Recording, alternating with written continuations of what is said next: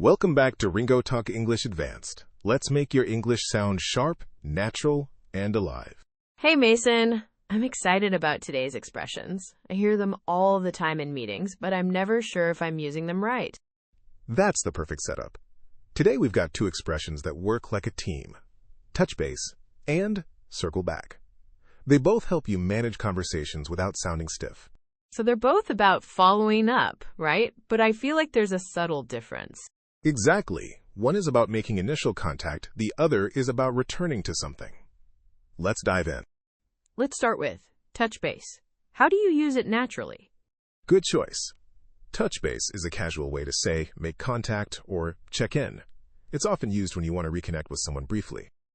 For example, I'll touch base with you next week to see how the project is going. Perfect. Notice the rhythm. I'll touch base with you. It's not touch bases or touch a base. Keep it singular. So the nuance is different, right? It's not as formal as I'll contact you. That's the natural version. It's friendly and implies a short update, not a deep discussion. Tiny change, big difference. Okay, that actually changes everything. I used to say I'll touch a base. That's wrong, right? Yes, drop the article. Just touch base. You're close. Very close. Let's make it sound human. Now let's look at circle back. This means to return to a topic later, especially after getting more information. I've heard that a lot. Let's circle back on that. But is it always about delaying? Not exactly delaying. It's more strategic. You're acknowledging the topic is important, but needs more time or data. So I could say, that's a good point. Let's circle back after we get the numbers. Exactly. And notice the preposition. Circle back on something, not to. Small but important. So the nuance is different, right? Touch base is initiating. Circle back is returning. That's the natural version. In our real-life scene, you'll see how they work together. Okay, let's set the scene. You and a colleague are wrapping up a client meeting. Right. So you might say, thanks for the update. I'll touch base with the team and circle back with you by Friday. That sounds perfect. So in one sentence, you use both expressions naturally. Exactly. Let's hear it in a quick dialogue. I'll be the client, you be the project lead. So we need to finalize the budget before the end of the month. Can you take care of it?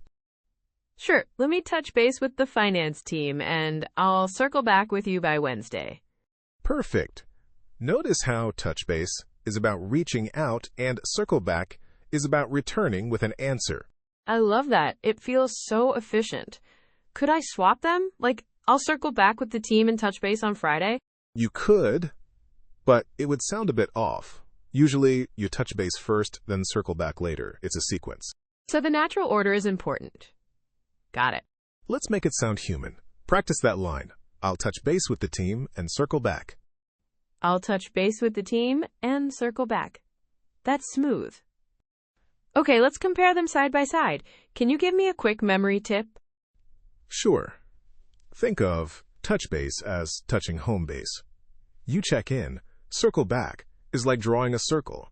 You go around and return. So touch base is like a quick cup of coffee. Circle back is like a scheduled follow-up meeting. You're close. Very close.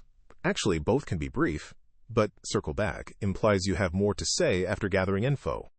So the nuance is different, right? Touch base is about connecting. Circle back is about completing a loop.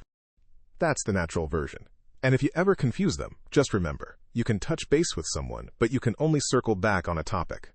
Let's talk about mistakes. I bet I've made some. For touch base, I once said, let's touch bases. Bonds plural. Classic. It's always touch base, singular, no article, and never touch a base. For circle back, I've heard circle back to you. Is that wrong?